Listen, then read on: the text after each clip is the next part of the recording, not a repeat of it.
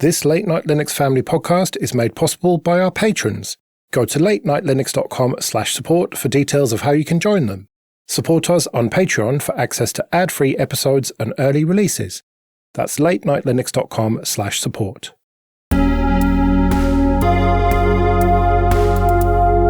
Hybrid Cloud Show, episode 43. I'm Aaron. I'm Gary. I'm Sean. And I'm Shane.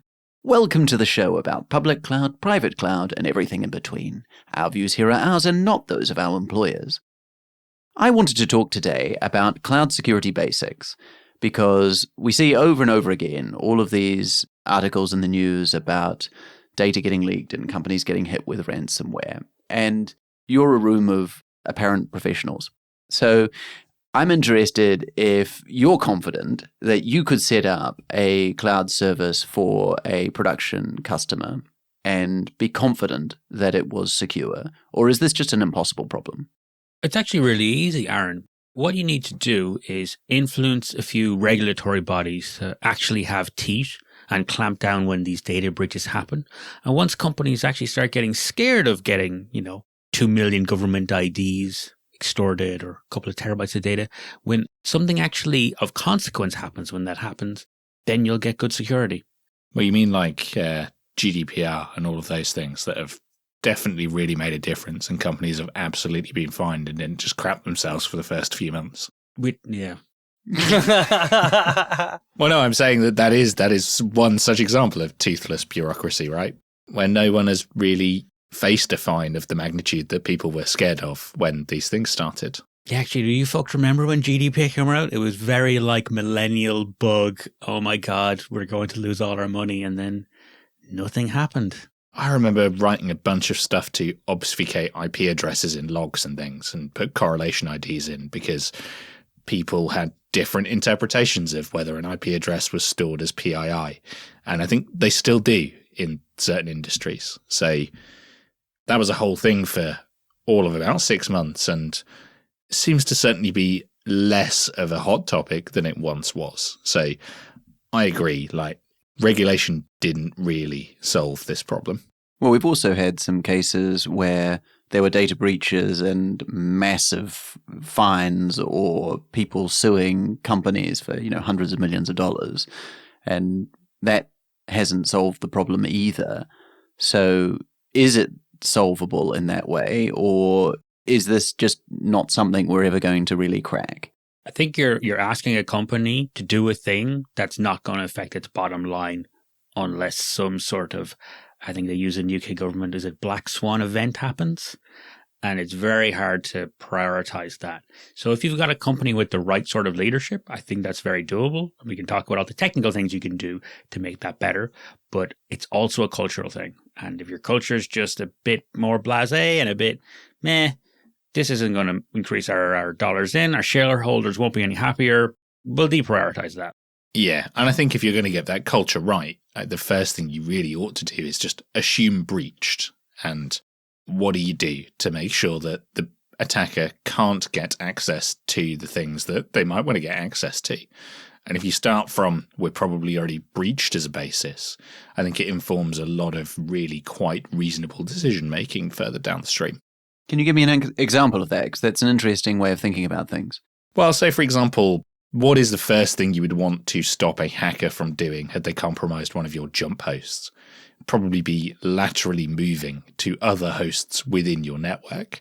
But then if you say, well, let's assume the hacker can move laterally between my jump host and another database server, for example, in my network, what do I then want to do? Well, I then want to make sure that they can't secure credentials that would give them permanent access to read data from that database, for example. If they then got credentials that could get them read access to data in that database, how would I limit the blast radius of the type of data that they would get access to with a given set of credentials? So if you think that, someone is in the environment and they are able to laterally move and they're able to do this, which means they're able to do this, which means they're able to do that, how do you stop them from doing the next thing? If you think about, there is kind of this mesh that an attacker would think of, and that mesh is compromised host, where do they get out to in your environment? From there, if you can think in that methodology and assume that okay, they've breached that bit, then you'll always be thinking about what the next thing they might breach is. And you probably never get to 100% containment in that scenario, but it will get you thinking more logically, in my opinion, about how you lay out and segregate your environment and the safeguards you want to put in place at each layer of the stack. It's a really good shout, Gary. I think I'd add humans to the equation in this as well, in that if you take that XKCD example from years ago, where rather than putting in a ton of security, just take two guys with a tire iron and you'll get access to whatever systems you want. You should be also thinking about least privilege for your users. Like, do these people need the ability to nuke databases, for example? Yes, they're engineers, but maybe there's another way around this. Maybe we rebuild, we don't delete. Like, thinking about that human aspect of this as well is quite important, because that is a place where you may be in a certain culture pushed to unlock extra access to make engineers more productive, and being able to push back with that is really important. Yeah, and I think that's kind of the way that I've tweaked my thinking on this in the last couple of years, right, is that we all know that there are technical measures that you can put in place to increase the security of the cloud. And we all know that there are different layers of the stack, right? We all know that it's people, it's culture, it's at the edge, it's within the network, it's segregating workloads off from each other. But I think unless you really start to step back and say, I am an attacker, how do I think about this? None of those technical measures are ever going to give you the coverage that you want. The other day at work, somebody was asking me, hey, can we give the vendors, who are the contractors who are working with us, access to our 1Password vaults? They need it for something. And I was like, what do they need it for? And they couldn't tell me. And so I said, no, absolutely not. Don't do that. And that's just, I think, common sense at this point.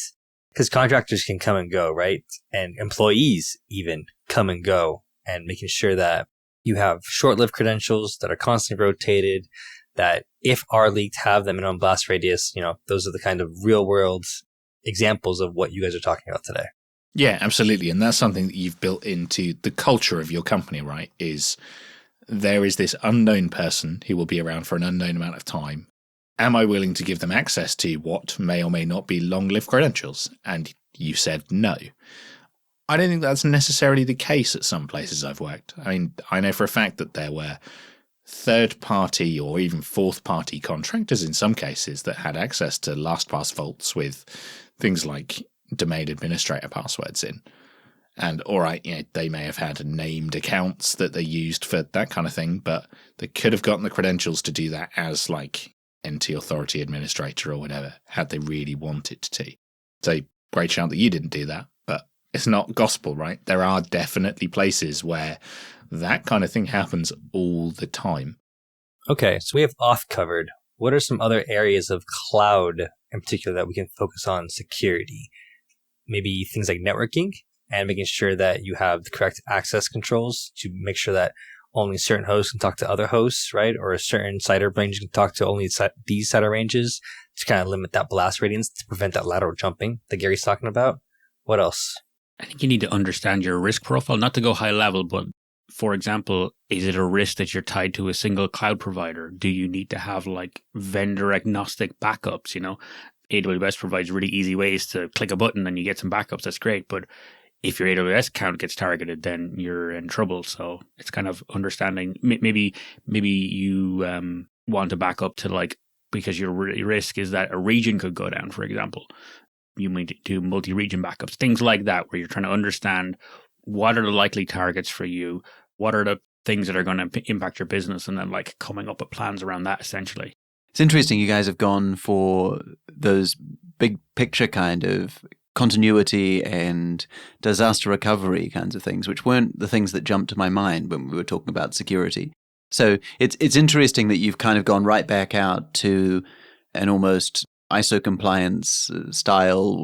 What are the big picture problems that you're trying to solve? And then, you know, going in from that. And I think it's a nice perspective rather than immediately saying, you know, more firewalls or, you know, security updates. But I think that we've proven over many years that you can try and build as high a wall as you like.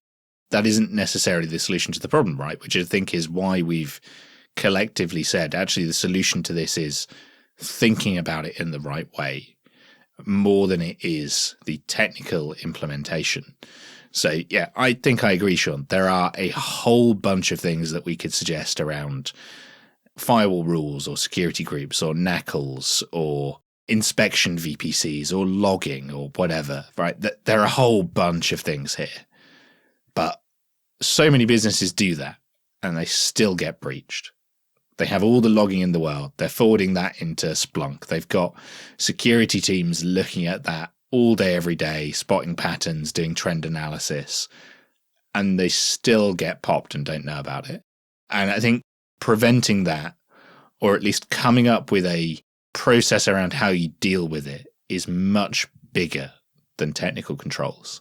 I think that's it. Like, it's very hard to go to the nitty gritty because there's so much context and detail for any potential attack. Like, do we talk about lines of code? You could code defensively all the way up to you could have an AWS organization that's incredibly locked down and vends out very locked down accounts. And we can talk about the security controls around that and east-west networking, etc., to silo things off. Like, this problem is huge. And I think the only reasonable answer we can give is you have to think about it. Are there any good models that people have used like those? I know that I've had the misfortune to be involved in ISO compliance work and GDPR work and various other things. And I know they sort of roll into, common frameworks that effectively, the same kinds of things are in all of those different standards. But have any of you had to apply or used standards that give people a model to start thinking about this problem and break these problems out in a more sensible way? Are you thinking of stuff like CIS and MITRE and the NIST CSF and that kind of thing? That's where my head went. I was thinking more like OSI, and that's security mechanisms and those kinds of things, because we do apply those at work, like on a daily basis. When you say you apply them every day, what do you mean, Sean? Is that like a technical thing you're running against your systems, or is it like every decision we make, like we consider these things? I'm really curious. Both. To be honest with you, both. When I say OSI model, I do mean more of like a conceptual, here's how I want to go about things. But then we take these learnings and we actually say, okay, now how do we actually implement the security mechanism? Whether that's something like DAST or SAST or, network port scanning, right? All these different things, and figuring out what our attack, like you said, what's our attack profile look like? What's our threat model? And then figuring out where it makes sense and where we can get the best bang for buck. Some of these things can be bought, and sometimes it's a really easy cost benefit analysis to get that. And sometimes it's too expensive. And you think about, okay, well, what's the next level best effort we can give? And some of these things might be better to do in-house yourself than trying to buy a SaaS platform for it. Those are the kind of thing I'm talking about. It may be obvious, I suppose, to us, but something that I remember from early in my career was somebody who always asked, what's the problem we're actually trying to solve? And I think so often I'm reading specs or I'm looking at implementation plans, and you can tell that someone hasn't really got that crisp idea of the actual problem they're trying to solve. Or in a disaster recovery scenario, for example, they haven't really thought about the disaster that they're trying to prevent against, whether that's, the difference between having somebody ransomware all of your files, in which case you need different versions of it, versus if that whole thing disappears and you need a copy somewhere else. You know what I mean? Like that kind of thinking about your problem from the right perspective can be so crucial in making sure that your solution fits the problem that you're targeting. One of the things I found really helpful in the past is running disaster recovery scenarios and picking a scenario, and everyone would be included. So engineers to infrastructure, etc., would essentially pick maybe an area of the business and say, we're going to spin this up in a different region and see how far you get. And we'd learn an absolute ton. Usually when you start it off, it's a disaster, and then it sticks in every engineer's mind, okay, I need to think about this a little differently. And we noticed that naturally, without other than surfacing results on disaster recovery, we would see improvements and progress in how the engineers worked culturally after highlighting these things. Whenever I get a command or a request from one of my supervisors it's usually very vague of, we have this goal. And then my job is to figure out and translate, okay, what does that actually look like? What is that problem we're trying to solve, right? So I can understand, like, what KPIs are we going to be measured against to get these things? And once you understand that context, then it's usually pretty easy to design a solution around it. It's where I was sort of thinking when I was talking about some of those frameworks, like the ISO compliance. And I think, I can't remember exactly, but it might have been the cloud controls matrix or from the CSA or something like that it was. That there was, I remember working with a spreadsheet where it had the same sort of controls down the page that also got you, ISO compliance and all of the other different ones, the PCI, DSS and all that kind of stuff. But the general approach of asking a question and having to sit there and say, oh, how are we solving the physical controls problem? How are we solving the identity problem? How are we solving this problem? Just having the people sit there and have to write an answer makes people sit there and think about the problem in a slightly different way. So I'm not advocating for compliance standards being the solution to this, but sometimes I have found that process of working through that does in fact uncover that you're doing some things that don't make a lot of sense. I have some skepticism to standards in general. A lot of them can be quite dated. I've definitely had to answer questions about mainframes on ISO certifications at some point. Oh, God. But you're right. One thing it might do is if you are going for an ISO audit, I find it a good opportunity to instill some of those good practices. So it's a good excuse for that. A lot of the time, though, I've found you can just document your terrible processes and that's sufficient to pass the audit. But if you want to get good things done in the meantime while you're passing the audit, you've got leverage over the people around you to do the right thing a little more. So definitely it's good to think about these things and have a little soft hammer to hit the point home a bit. Yeah, I think that's the main issue I have with some of those audit frameworks is that most people are focused on passing the audit and not actually implementing the spirit of the things that the audit is asking for within their business, right? It's, do we have a process for this? Well, kind of. Let's just document it and put it on a wiki somewhere so that we can tick the box, rather than what is our thinking around this and how might we adjust that, which I think is sort of what these things are more designed to do, right? They often get used as a hammer or a box ticking exercise to get you in somewhere, or sell your product to a new client, rather than actually changing the way you think, which I think is maybe where we lose our way with some of these guidelines a little bit more. I agree with that. I think that still, though, having written something down makes you feel like a bit of an idiot if it's ridiculous. So, it might actually get changed if you've had to think about some of these problems, but it's certainly not in and of itself going to solve all of your security issues. Okay, so we've talked about compliance. We've talked about people and processes, and we are starting to sound like some kind of compliance organization now. Where do we go next? We've said that it's a big problem to look at this at a technical level and say, how do we solve it generically? So that's too hard a problem to solve. But what guidance can we give someone in terms of a starting point to think about this problem in a better way?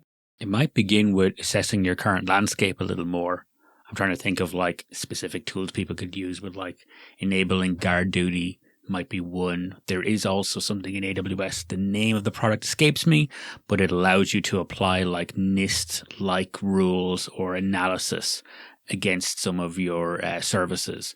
So getting an idea of how bad the problem might be is probably a good start. And I'm sure there's way better tools you folks know about that might help you understand the scope of the problem.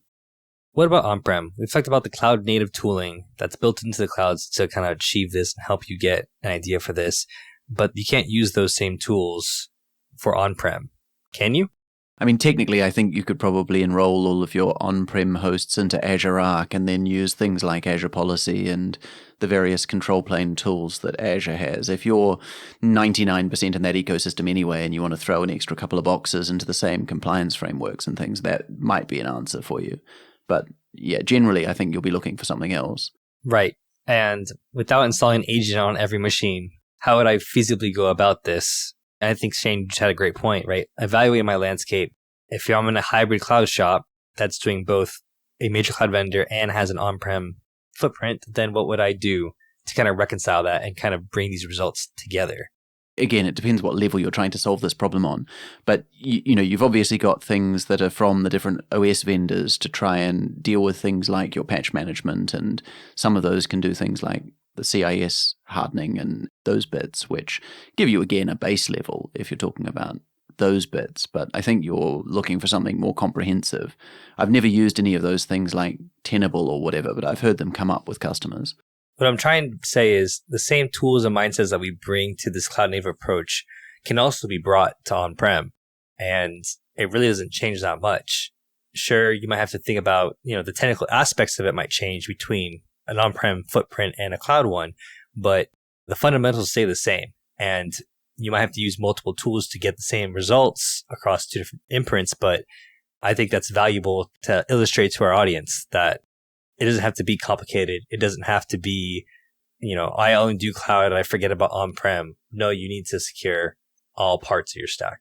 That's a general kind of theme that we've had on this show before, that you can do on-prem in a cloudy way if you put the effort in. It's just that a lot of the time people don't. And there's elements of, good API access having always been in the public cloud where it hasn't always been in the on-prem world and things. But yeah, I think you're absolutely right. There's no reason you can't bring these cloudy approaches to the data center. And I think when we talk about being cloud first or a cloud professional, if you use such a terrible term, then I think that is often more a mindset than it is where that infrastructure is physically deployed.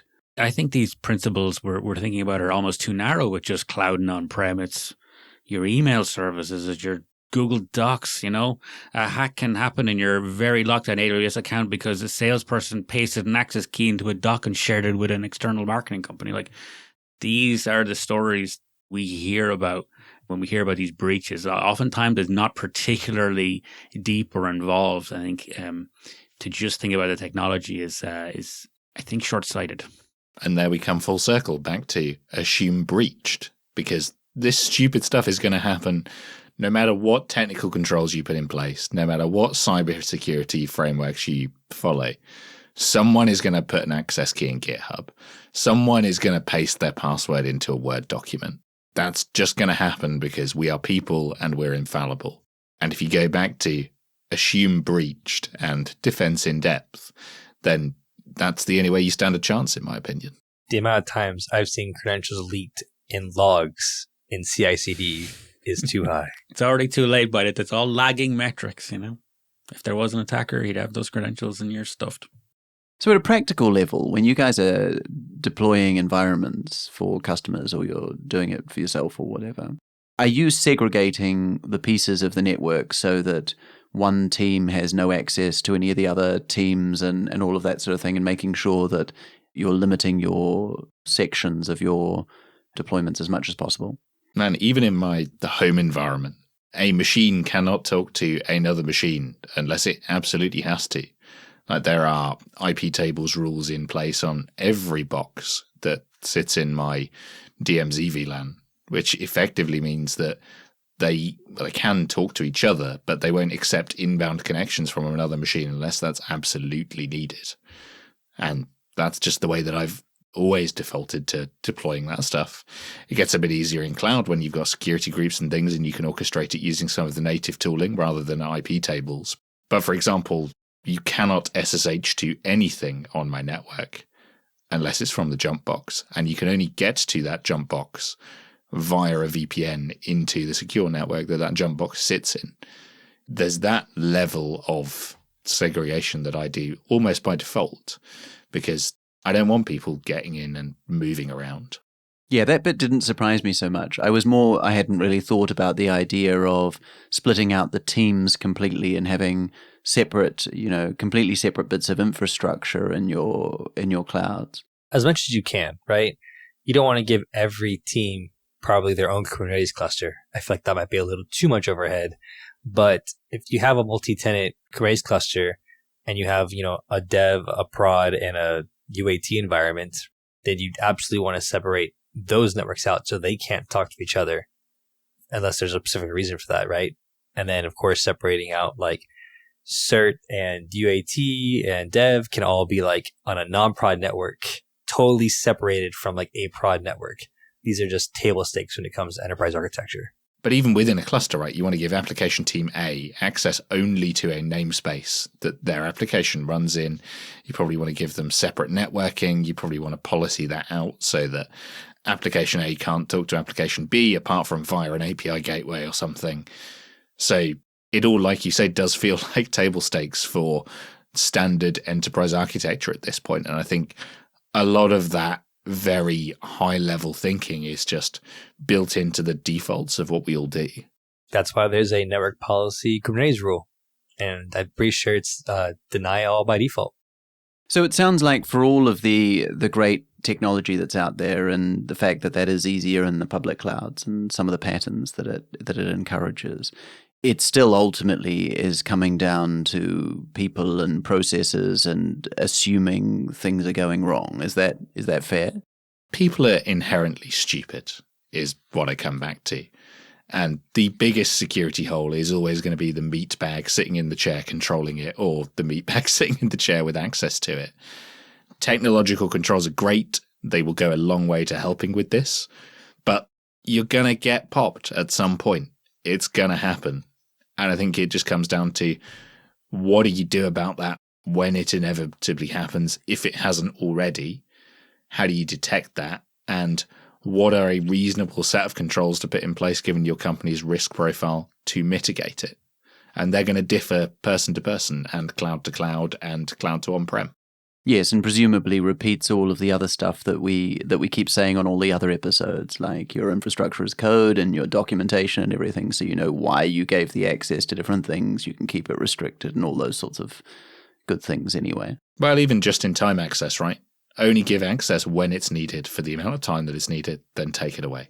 As a meat bag with access in the chair, I can confirm I am dumb sometimes. But it's okay, because I have short-lived credentials. All right, well, I think it's probably time for this group of meatbags to say goodnight. But before we do, just a quick thank you to our existing PayPal supporters and patrons. If you've got any questions or feedback for us, please send it to show@hybridcloudshow.com. We'll be back in 2 weeks. Until then, I've been Aaron. I've been Gary. I've been Sean. And I've been Shane. See you later.